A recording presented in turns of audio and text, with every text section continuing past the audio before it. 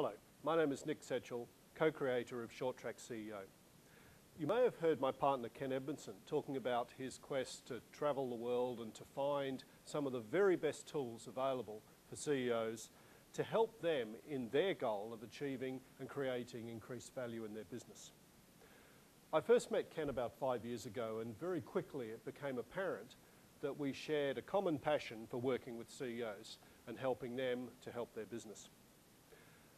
As I've travelled the world and had the opportunity of working with a number of CEOs, the opportunity and the privilege of analysing well in excess of 1,000 businesses, we're constantly reminded of frustrations, weaknesses, barriers that can get in the way of effective management of business. What I'd like to do is to share a couple of those observations and to let you know how we've developed tools to help CEOs get past them. The first area I want to talk about is the incredibly basic issue of information and data that's available to the CEO and to the executives to help them run the business. While GAAP accounting serves a very important role and in fact is necessary, unfortunately it's not designed in a format to help executives manage their business. And all too commonly, the GAAP accounting records that are provided within the business are not really fully understood by all of the executives.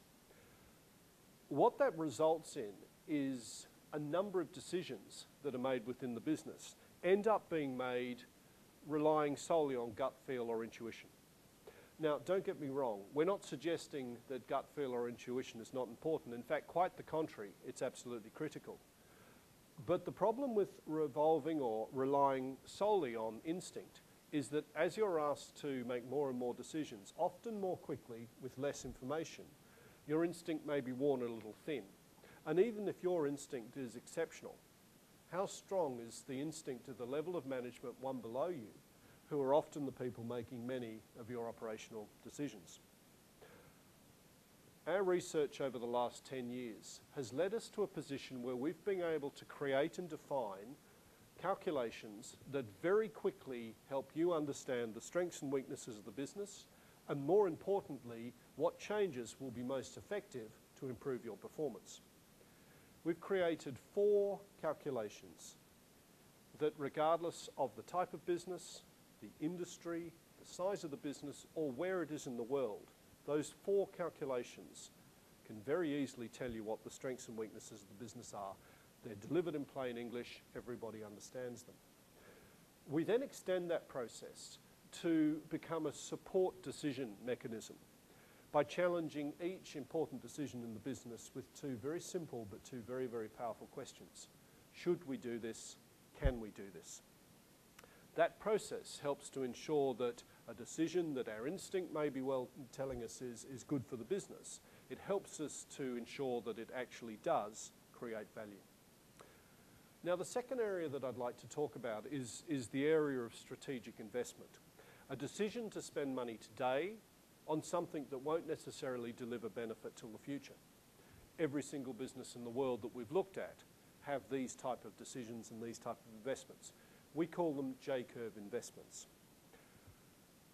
As we've had the chance to look at more and more businesses and more J-curves, we've come to a very clear conclusion that the number one determinant of the future entrepreneurial success of a business is going to be driven by the business's ability to identify, prioritize, and manage J-curves. But sadly, we don't see a lot of evidence of businesses having a formal way of tracking that investment through the business. And all too often, what is a very enthusiastic starting point and commitment of funds can very quickly turn into additional spending, or even worse, a stalled project, such that the blue sky that was so enthusiastically talked about at the beginning is never really delivered. We've developed a process that defines the phases of the J-curve, the 3 distinct phases, and talks about how behaviour needs to differ as you move through the J-curve. We've also defined in that process the 5 rules associated with effective J-curve management. When implemented properly, we ensure that the good decisions and the enthusiastic decisions that were made at the beginning do deliver the value that they are intended to deliver. So those are a couple of examples of the type of things that we've seen in business. Frustrations that are shared by CEOs and executives around the world.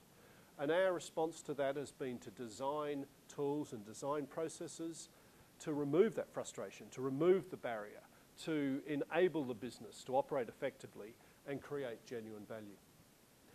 Thank you for watching this video. I hope you found it beneficial. I hope you enjoy looking through the rest of our website. And I also hope that we have an opportunity to work with you to help you create more value in your business.